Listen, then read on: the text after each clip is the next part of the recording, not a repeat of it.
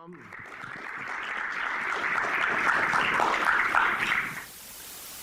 And we're going to speak about the endovascular revolution. And what we have been listening yesterday and today is part of that revolution. This early session on thoracic stent grafts is showing important improvements in this technology.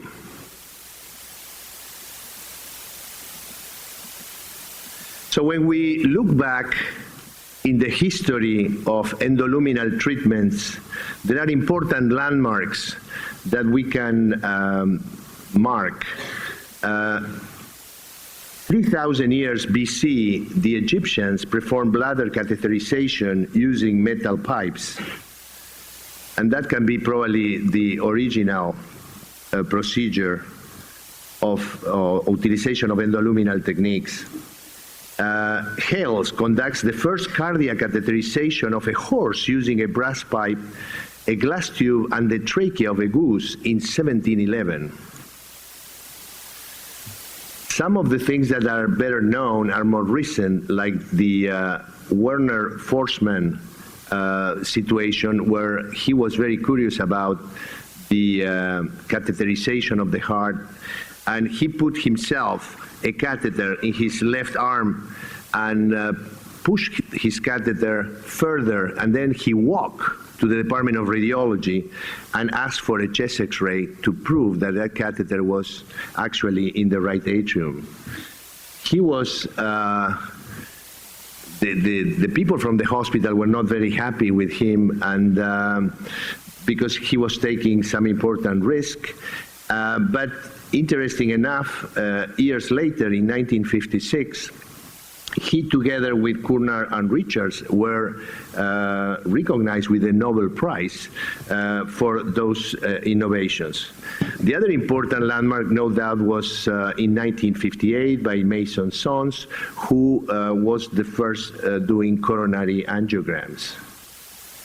And then 1953, we have Sven Seldinger, who is considered one of the fathers of these minimal invasive techniques, because he came with the concept of the percutaneous introduction of a catheter inside the lumen of a vessel. And of course, this can be used not only for vessel navigation, arterial veins, but we can use, and actually we use this technology in our everyday practice to introduce catheters in different compartments. 1964, an important contribution done by Charles Dotter, an interventional radiologist, who published an important paper on transluminal treatment of atherosclerotic obstructions. That paper is remarkable if you have the chance to review it. He speaks about very basic ways to treat patients with obstructive arterial disease, but he also mentioned things that will come in the future, like stents and stent grafts. So it's an interesting paper to go and review. And he used to say that it's a gross oversimplification, of course, but it means to me that if a plumber can do it to pipes, we can do it to blood vessels. An interventional cardiologist from Switzerland, Andreas Grunzig, came with the idea of introducing a balloon that can be inflated from a different sidearm axis to perform balloon angioplasty. And this was very interesting. He developed this technique in Europe, and we, in America, we invite Andreas to come, and he came to Emory in Atlanta. Unfortunately, you know, when we bring these people to America, we not only give them all the infrastructure to do things, but we also pay them well. So he got a plane, and unfortunately he died during an accident while he was in his own plane. So another person that came after him, and because he listens to a lecture by Andreas early on, and he learns from Andrea that despite the good results of balloon angioplasty, there is an important number of patients that have what we call recoil. So the vessel comes down after balloon angioplasty. So this doctor, He was a radiologist, he is an interventional radiologist originally from Argentina, working in Texas, in San Antonio, Texas. He comes with the concept of a stent.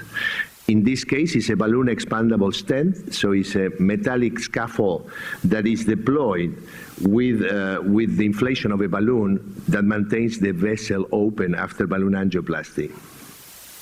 And after Julio, one other surgeon from Argentina as well, Juan Parodi, who did his residency here in US at the Cleveland Clinic, he got an idea when he was a resident in 1976 of a new way to treat patients with abdominal aortic aneurysms.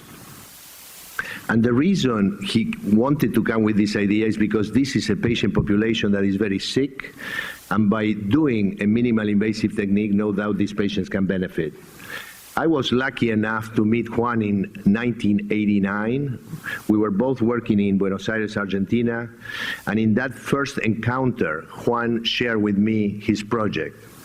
It really sounded very, very funny and very difficult for me at least as an interventional radiologist to achieve, because he was talking about placing a large device, 25, 27 French through the groin to fix aneurysms. At that time, we were already doing interventional procedures, both diagnostic and therapeutic procedures, to 5, 6, and 7 French sheath. And actually, because I trained in France, I was inspired by the pioneer work of Jacques Theron in the field of carotid interventions. So when Juan told me about his AAA project, I responded by telling him that I was doing carotid interventions. Of course, as a surgeon, and knowing the risk of distal embolization, he immediately asked me to stop with that particular technique. And he said to me that if I promised him that I would stop carotid interventions, he would invite me to join his team for stent graft of abdominal aortic aneurysms. So after a little research that I did myself, I learned that Juan was a serious person, and I decided to put a hold in my project of carotid interventions. And this is the type of patient population that Juan was thinking. These are very sick patients, and the idea was to create a technique for this particular problem. So he tried, again, very early on, different prototypes. He created self-expandable box with a zigzag configuration covered with nylon, silastic bag with cylindrical lumen. All this design failed mainly because everything was migrating distally. So he didn't know how to replace the suture that the surgeons do when they do surgery with something endovascular. But in 1988, Juan attended a meeting in Washington. The TCT meeting at that time was happening at the Omni Hotel, with only 200 registrants and 12 faculty. Just for you to have an idea, nowadays that meeting holds 15,000 people. So during that meeting, Juan listens to the lecture that Julio Palmas is giving about stents for iliac artery occlusion. And when he sees the balloon expandable stent, he realized that that was the tool that he needed to combine with a piece of graft. And that combination could replace the suture done surgically. And he put together this device that you can see here, where the stent is sutured to a piece of thin wall Dacron. And all this is packed together with a balloon. At the time that those were the balloons that were used for aortic valvuloplasty, everything placed in a sheath that was 25 to 27 French, and they created an animal model where they replaced the infrarenal aorta of a dog, creating an aneurysm that then was treated with this technique. And this is the observation of the macroscopic pathology specimen showing the integration of the stent covered by endothelium that will end up preventing migration of this device once it's implanted. And this is the histologic confirmation of the same thing. So the technique was conceived in a way that from a groin axis, from the femoral artery, the device was going to be travel to the neck, below the renal arteries, and once in position, and when you recognize where the renal arteries are, you inflate the balloon, you deploy the stent, and therefore you create a tube that reinforces the wall of the aorta and prevents rupture. And this was September 7, 1990, where the first case was done in Buenos Aires, Argentina, at the Cardiovascular Institute with Juan and Julio that traveled for the occasion. That was the first time that this type of surgery, which is very invasive, which can be very bad for patients that are very sick, was replaced for this type of access, minimally invasive technique through a small cut down in the groin. Very important landmark. And nowadays, we are moving to something even less invasive, which is what you see here. Percutaneous technique created with sutures that we can deploy before we introduce the large devices. And these patients now are doing really well because this is really minimal invasive interventions. In these two pictures, you see two patients that were treated that day on September 1990. The one on the left was the guy that had the first AAA treated by endovascular route. He's having dinner, sitting. He had you see the dressing in the groin. The other guy had conventional surgery the same day. He's still intubated in the intensive unit care. So we learned rapidly that we can treat not only aneurysms, but dissections, vascular trauma, and occlusive disease with this technology. And these are some of the examples of treatment of patients that we were doing around different places. Again, we were only treating high-risk patients at the time.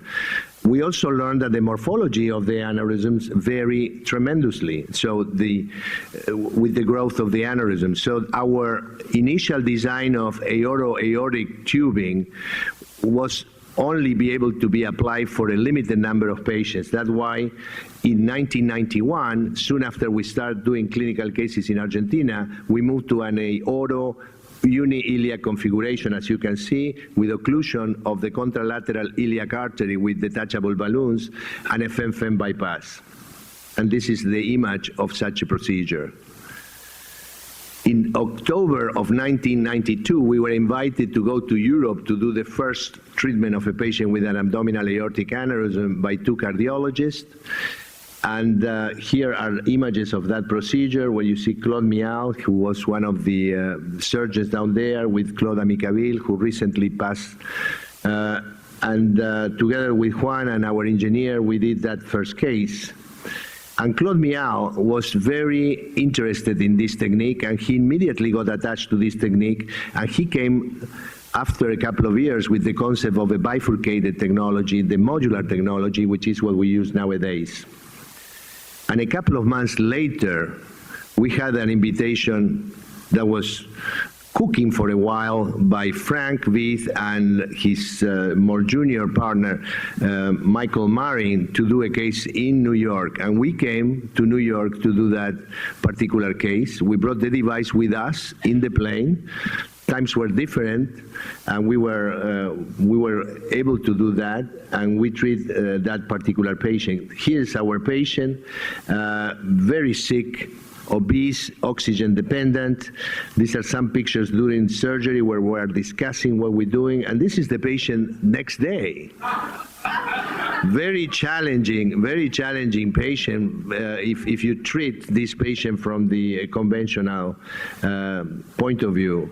So I want to take the opportunity to thank Frank here, who has the courage to invite us to come and do this type of procedure for the first time. Was thanks to the support of him and other people around the world that this technique just started. And this was due to the strong collaboration that we had between interventional radiology and vascular surgery.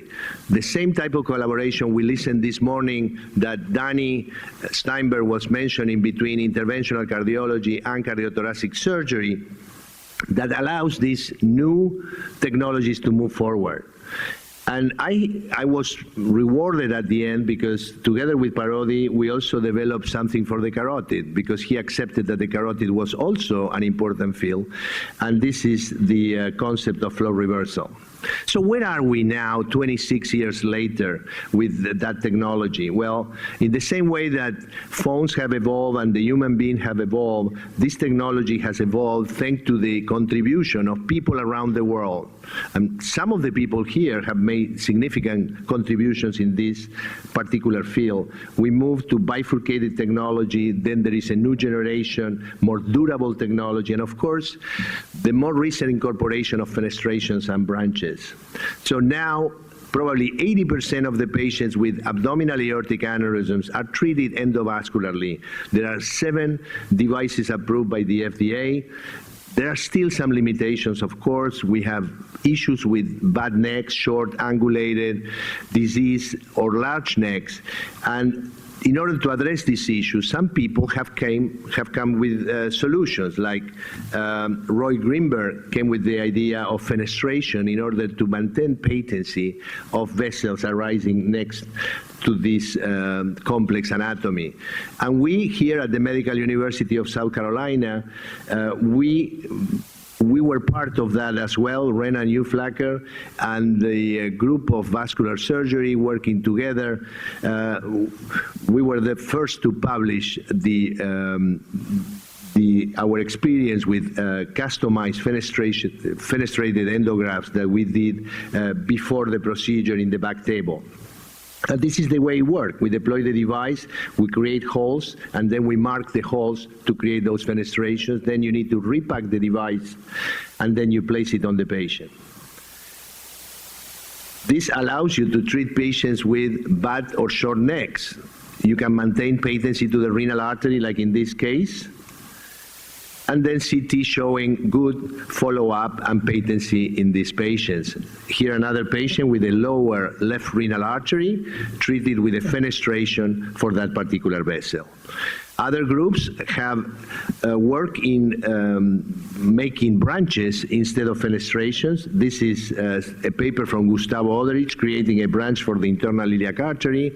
We had one of the fellows that trained with Gustavo Oderich from Mayo who was working with us, Dr. Garg, and we work in putting together these devices for complex patients. As you can see, this is a patient with an abdominal aortic aneurysm with extension to both iliac arteries, and in order to preserve patency of the internal iliac arteries, we deploy such a device in one side, in the other one, and then we exclude the aneurysm with a conventional device, creating a complete exclusion of the aneurysm with preservation of both internal iliac arteries. Other people, like the people from San Francisco, Tim Shooter, have been working with branches for a while.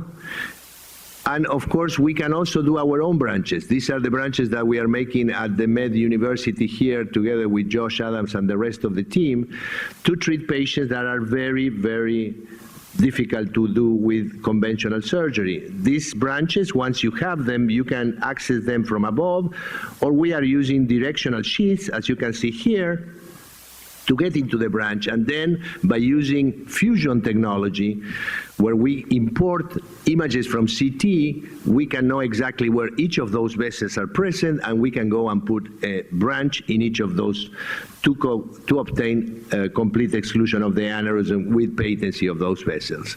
So there are other areas where this technology have made major contributions, like trauma patients, and we take care of these patients with the people from the emergency room. Lesions to the arteries can be done by gunshot, iatrogenic, blunt trauma, and stab wound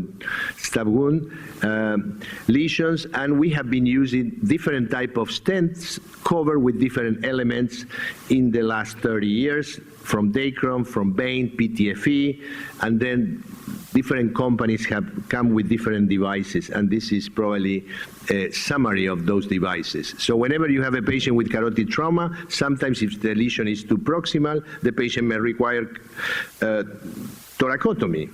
Look at this patient. He has a pseudoaneurysm at the proximal common carotid artery secondary to a gunshot.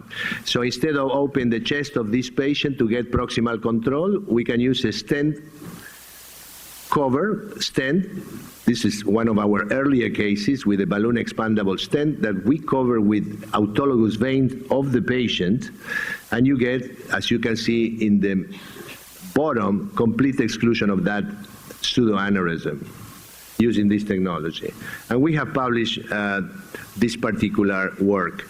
And then the trauma has been extended to other areas like the thoracic aorta. As we know, treatment of thoracic aorta secondary to trauma has some mortality and morbidity, and we know that endovascular repair has almost replaced open repair in most of the patients. Why? Because mortality is less, morbidity is less, the incidence of paraplegia has come down. Let me share a case with you on a 35-year-old male involving a motor vehicle accident who had multiple lesions, and as you can see in this CT, he has a traumatic lesion of the thoracic aorta.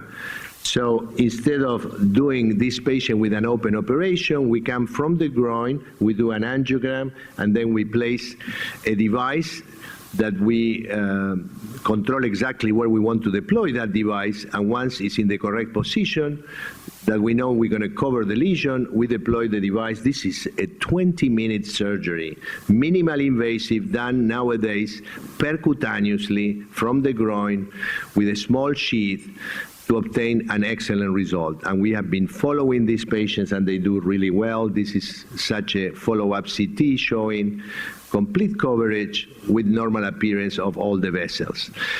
Other fields where we made significant improvements was carotid angioplasty, again, based on Theron's initial observations about the risk of embolization.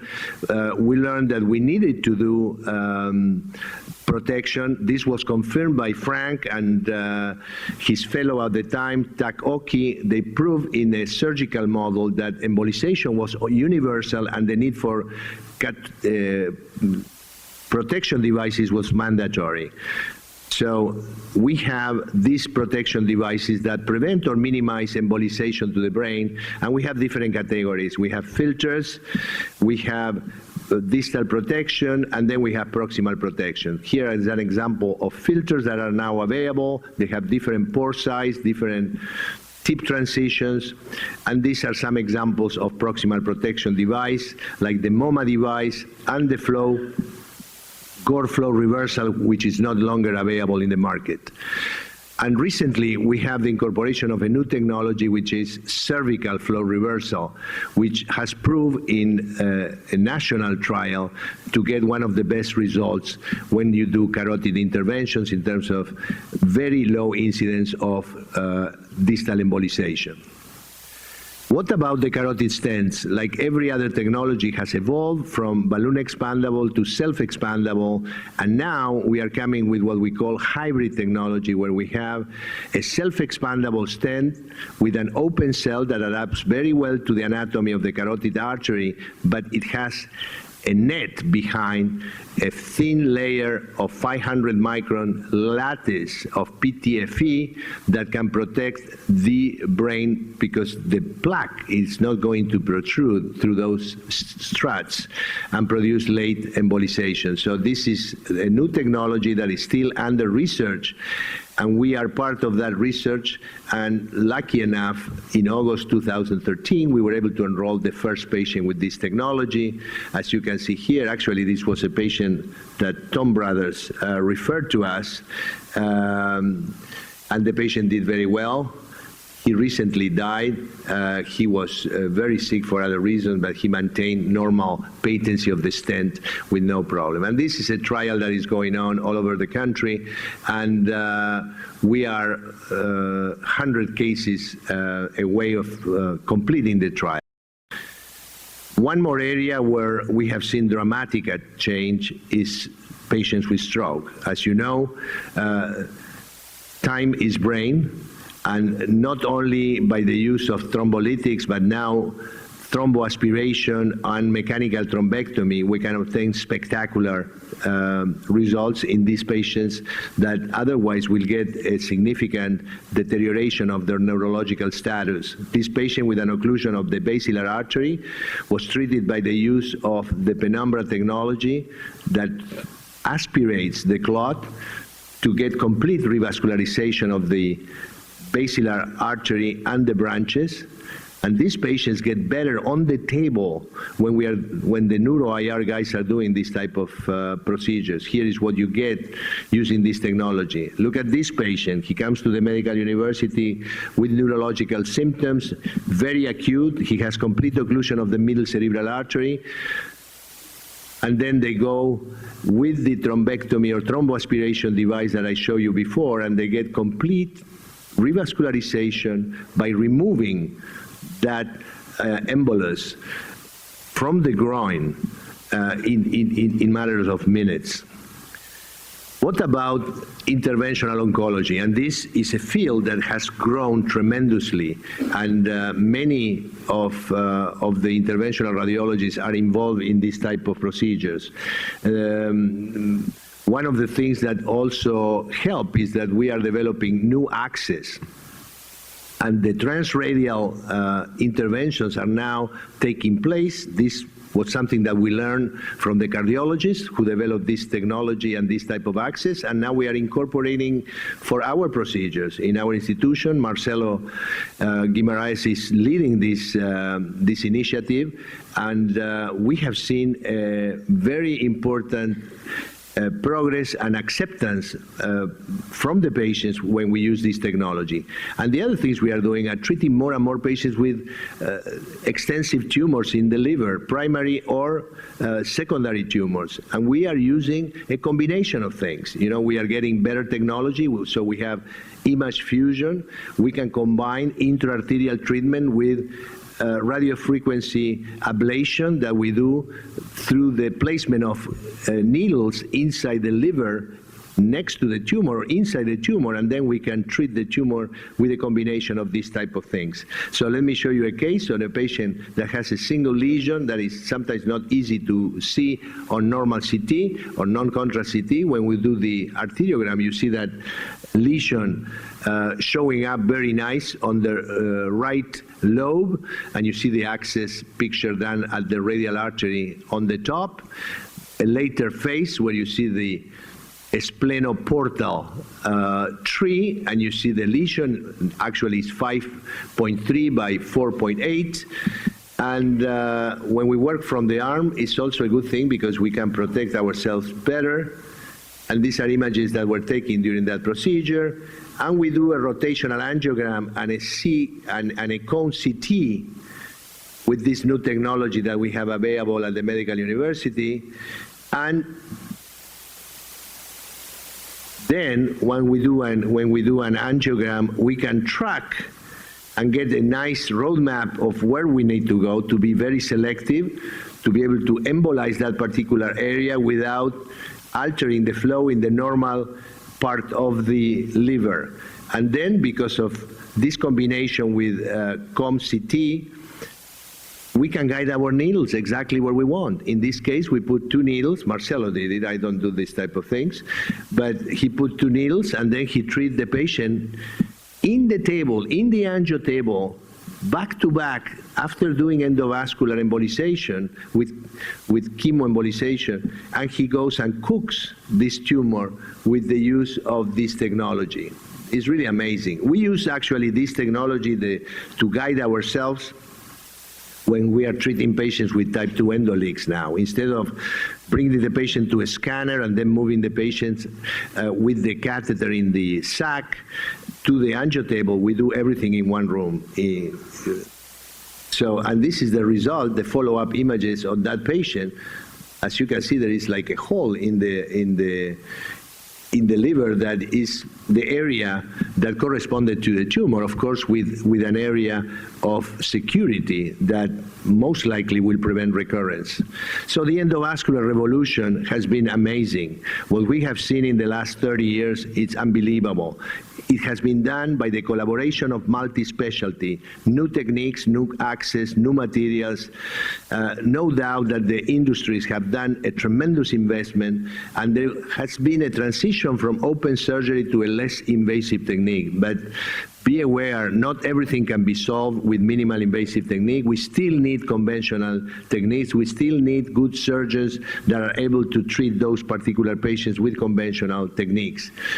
And for the young people, I know you may think that we got everything. That's not the case. There is more to come, and don't think like this guy thought in early on, who, despite the fact that he was in the Office of Patents, he said everything that can be invented has been invented. How wrong was this guy? So I think that all of us, we have been witness of it. Amazing times, and there is much more to come. Thank you for your attention.